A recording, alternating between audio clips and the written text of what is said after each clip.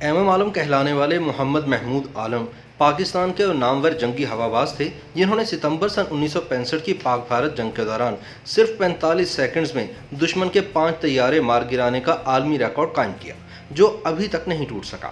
تاہم دو فوجی dictators general Zia الحق اور جنرل مشرف نے اس قومی ہیرو کے ساتھ جو ناروا سلوک کیا اس کے بارے میں کم ہی لوگ جانتے ہیں، اور تاریخ کی کتابوں میں تو یہ حقیقت کہیں بھی پڑھنے کو نہیں ملے گی کہ جنرل ضیاء الحق نے اس قومی ہیرو کو ایئر فورس سے صرف اس لیے جبری ریٹائرڈ کر دیا تھا کہ ایم عالم فوج کی سیاست میں مداخلت کے مخالف تھے۔ ایم عالم کے خاندان نے پٹنہ سے کولکتہ ہجرت کی تھی، جہاں اس بہاری کم بنگالی خاندان کے ہاں 6 جولائی سن 1935 کو محمود نامی بچے کی پیدائش ہوئی جو بعد ازاں ایم عالم کے نام سے مشہور ہوا۔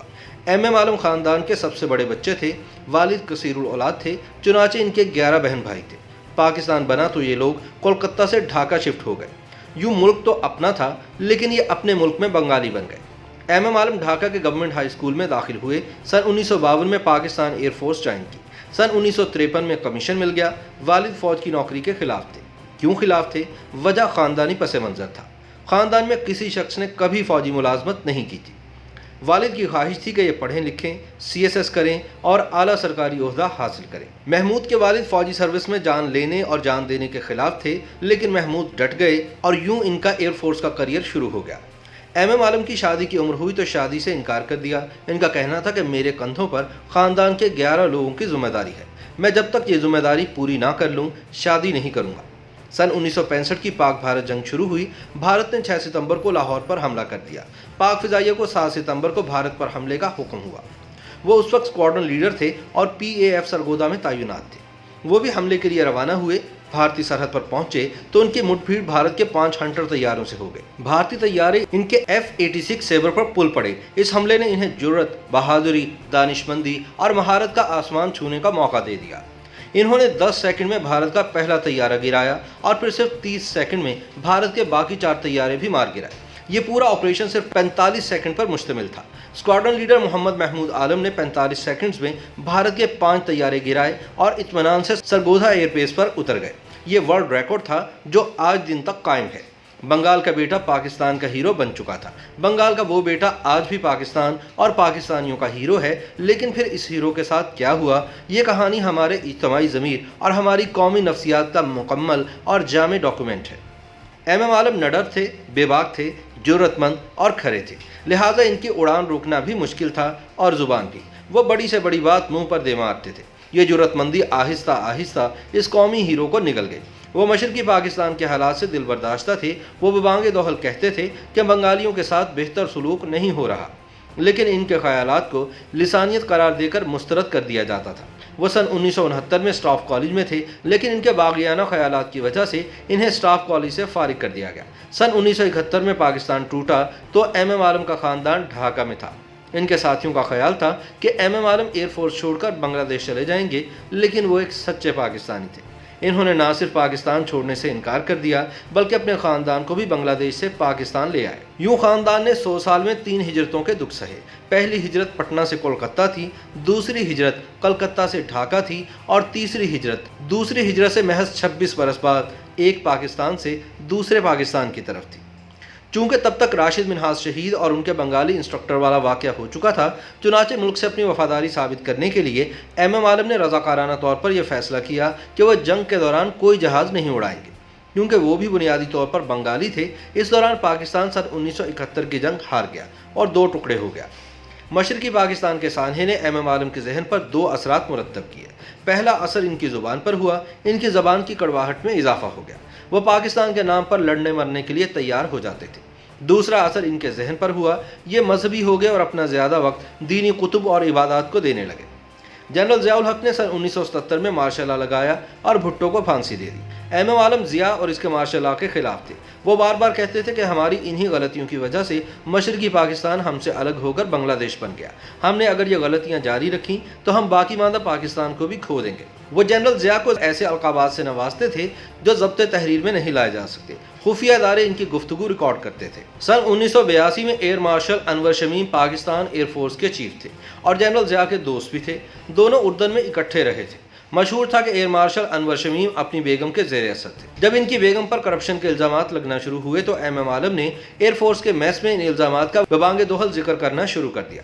وہ بار بار کہتے تھے کہ جنرل ضیاء الحق اپنے ساتھیوں کے ساتھ مل کر پاکستان کو تباہ کر رہے ہیں۔ خفیہ اداروں نے یہ گفتگو ٹیپ کر کے چیف آف ایئر اسٹاف کو پہنچا دی۔ انور شمیم یہ ٹیپ لے کر جنرل ضیاء کے پاس چلے گئے۔ ضیاء الحق نے ٹیپ سنی اور ایم ایم عالم کو ایئر فورس سے فارغ کرنے کا حکم دے دیا، اور یوں پاکستان کے ہیرو اور ایئر فورس کی ہسٹری کے world record holder M M Alam کو سن 1982 میں قبل از وقت ریٹائرڈ کر دیا گیا۔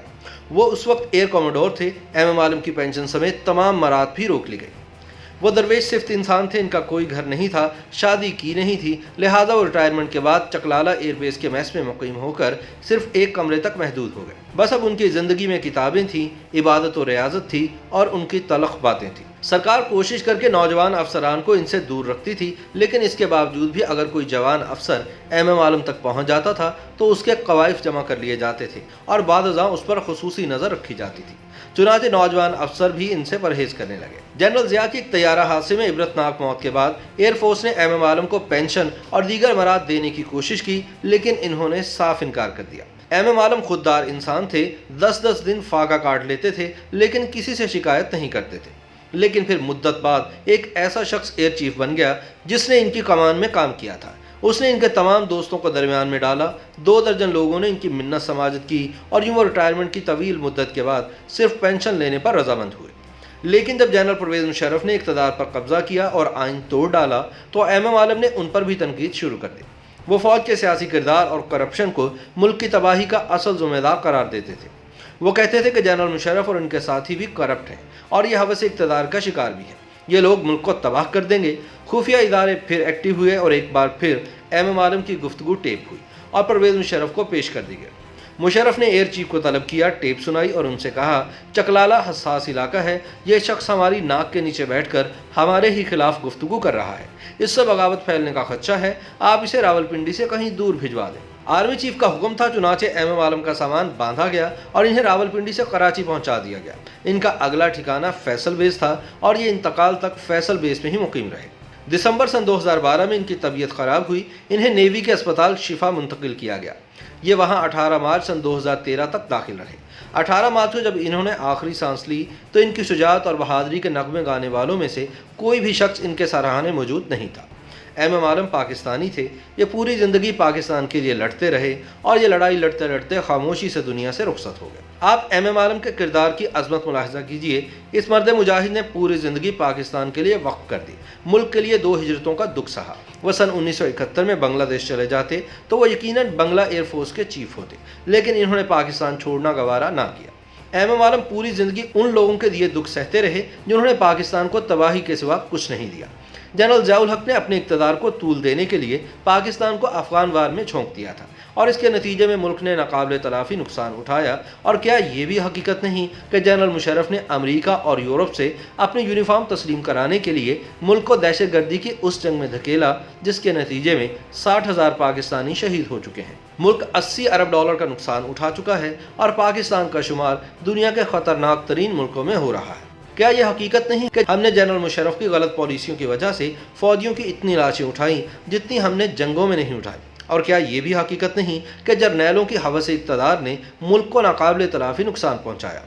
اگر یہ ساری باتیں درست ہیں تو پھر ایم ایم عالم نے پوری زندگی کیا غلط کہا اور کیا جس کی انہیں ضیاء اور مشرف سزا دیتے رہے؟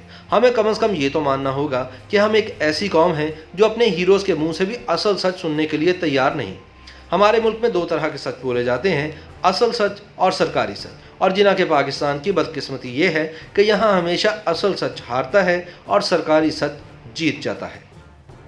YouTube پر گوگلی نیوز دیکھنے کے لیے youtube.com کی سرچ بار میں googly news T V type کریں۔ گوگلی نیوز کے پیج پر سرخ رنگ کے سبسکرپشن والے بٹن پر کلک کرنا نہ بھولیے۔ YouTube پیج پر اپلوڈ ہونے والی ویڈیوز سے باخبر رہنے کے لیے بیل آئیکن پر کلک کیجیے۔ آپ کو ہر نئی ویڈیو کے بارے میں نوٹیفیکیشن موصول ہو جائے گا۔